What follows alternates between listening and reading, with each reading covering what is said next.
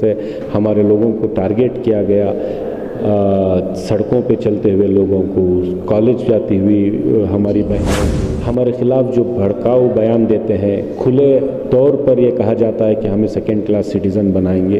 क्या ये बीजेपी का एजेंडा नहीं है? तैयारी करने के लिए मौका इसलिए नहीं मिल रहा क्योंकि यहाँ पे कांग्रेस मजबूत है। तो सेम इब्राहिम साहब से मैं क्या कहूँ, मैं इनसे इतना ही कहना चाहूँगा कि आप सच बोल दें इब्राहिम साहब, आप यहाँ आए हैं हमारा वोट बंटवा कर बीजेपी को जिताने के लिए, तो ये सच आप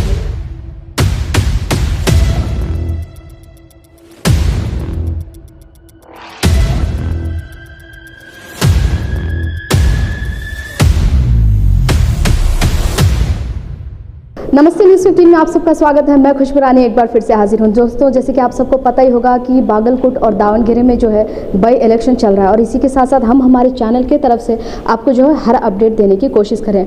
दोस्तों, आज हमारे साथ एमएलए रिजवान अरशद जी हैं, जिन्होंने शिवाजी नगर में जो है बहुत सारे अच्छे काम किए और शिवाजी नगर को जो है एक नया लुक दिया है और शिवाजी नगर में जितने भी डेवलपमेंट हुए हैं, अगर मैं ऐसा कह लूँ इनकी ही तरफ से हुआ है तो ये गलत नहीं होगा। दोस्तों, आज ये हमारे साथ है और आज हम जो है दावणगेरे में हैं। सर, केपीसीसी से आपको जो आपके कंधों पे एक जिम्मेदारी दी गई है, सर उनके लिए क्या कहना चाहेंगे? सर, पार्टी ने एक जिम्मेदारी दी है कि हमें हमारे पार्टी को यहाँ पे कामयाब बनाना है और चूँकि हमारी पार्टी और बीजेपी के दरमियान ये इलेक्शन चल रहा है, तो एक फ़िरका परस्त ताकत जो बीजेपी है, फैसिस्ट ताकत जो बीजेपी है, समाज के दुश्मन जो बीजेपी है, समाज को जो तोड़ना चाहती है, समाज में जहर जो घोलना चाहती है बीजेपी, इस एजेंडे को रोकने के लिए हर इलेक्शन में बीजेपी को हराना ज़रूरी है।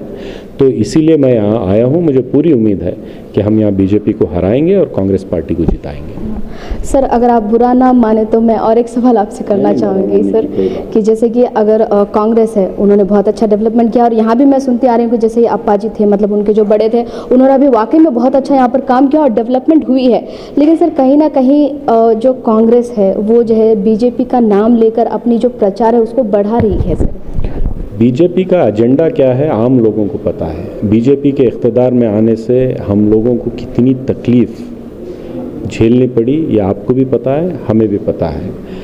जो ताकतें हम लोगों को तकलीफ़ देना चाहती थी, परेशान करना चाहती थी, किस तरीके से हमारे ख़िलाफ़ कानून बनाए गए, किस तरीके से हमारे लोगों को टारगेट किया गया, सड़कों पे चलते हुए लोगों को, कॉलेज जाती हुई हमारी बहनों को गोश्त की बात है। क्या ये बीजेपी का एजेंडा नहीं है? हमारे खिलाफ जो भड़काऊ बयान देते हैं, खुले तौर पर यह कहा जाता है कि हमें सेकेंड क्लास सिटीज़न बनाएंगे, क्या ये बीजेपी का एजेंडा नहीं है? तो क्या बीजेपी के इस एजेंडे को शिकस्त देने के लिए हमें इलेक्शन जीतना ज़रूरी नहीं है? तो ये एजेंडा हमने लोगों के सामने रखा है।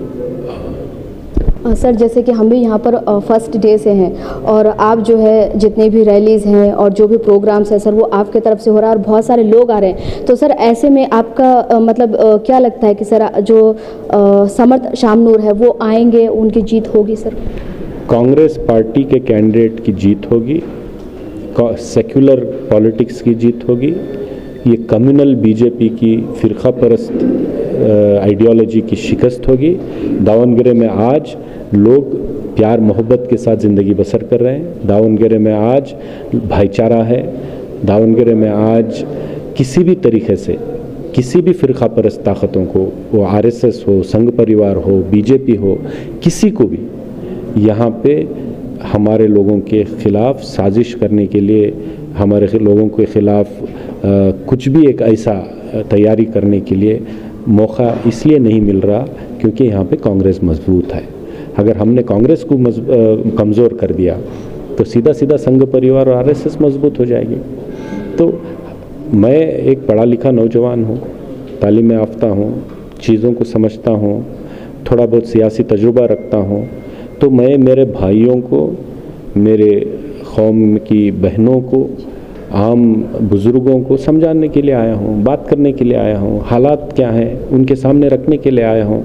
जो मैंने रखा है उसको इन लोगों ने समझा है कि होश से काम लेना ज़रूरी है, मसलिहत से काम लेना ज़रूरी है। जोश में आकर के हम अगर कांग्रेस को कमज़ोर कर देंगे तो किसके हाथ मजबूत कर रहे हैं? जो दूसरी छोटी छोटी पार्टियां हैं या इंडिपेंडेंट्स हैं, क्या ये जीत सकते हैं? नहीं जीत सकते हैं। ज़्यादा से ज़्यादा वो वोट काट सकते हैं, बीजेपी की मदद कर सकते हैं। तो ऐसा नहीं होना चाहिए। ये मुकाबला कांग्रेस और बीजेपी के दरमियान है, या तो कांग्रेस जीतेगी या तो बीजेपी जीतेगी। तो हमारा मुफाद किस में है कि कौन जीते, ये फैसला लोग करेंगे। 4 तारीख को रिजल्ट आएगा, 9 तारीख को फैसला होगा। मेरी उम्मीद ये है कि 9 तारीख को कांग्रेस के हक़ में फैसला होगा, आरएसएस, संघ परिवार, बीजेपी के मुखालिफत में फैसला होगा। सर 2 सवाल।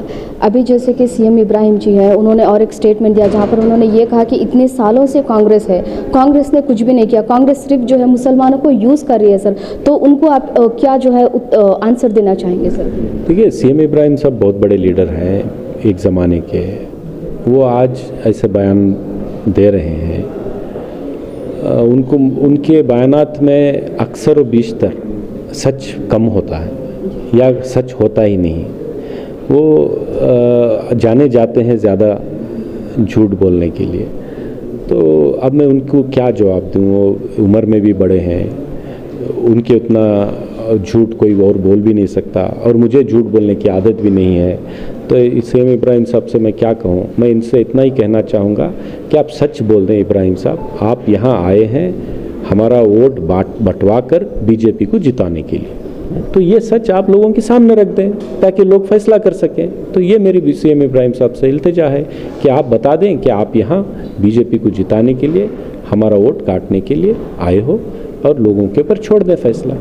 जी सर, दावणगेरे और जो बागलकोटे के लोग हैं सर, उनको क्या कहना चाहेंगे आप? मैं इतना कहना चाहूँगा, दावणगेरे, शिवमोगा, हावेरी, धारवाड़, ये जो 4 डिस्ट्रिक्ट हैं, इसमें हमारे 4 एमएलए और एमएलसी हैं। यासिर खान पठान हावेरी से एमएलए हैं, अब्दुल जब्बार यहाँ से एमएलसी हैं, हमारी बहन बल्किस बानो शिमोगा से हैं, और इस यहाँ के लोकल बॉडीज़ के एमएलसी सलीम अहमद साहब हैं। ये 4 एमएलए और एमएलसी हमारे में से सिर्फ कांग्रेस पार्टी से हैं, और कई चेयरमैन कैबिनेट रैंक के दूसरे तकरीबन 8 से 10 लोग अब इख्तिदार में हैं, इसी 4 डिस्ट्रिक्ट से हैं।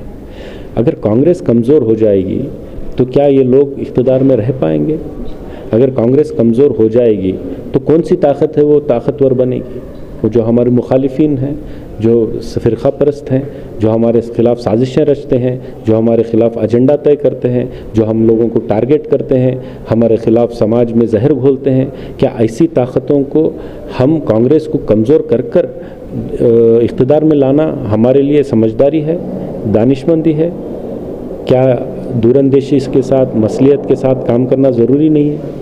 तो ये बात हमने लोगों के सामने रखी है। मुझे पूरी उम्मीद है 9 तारीख को जब वोट होगा तो कांग्रेस पार्टी ज़रूर जीतेगी।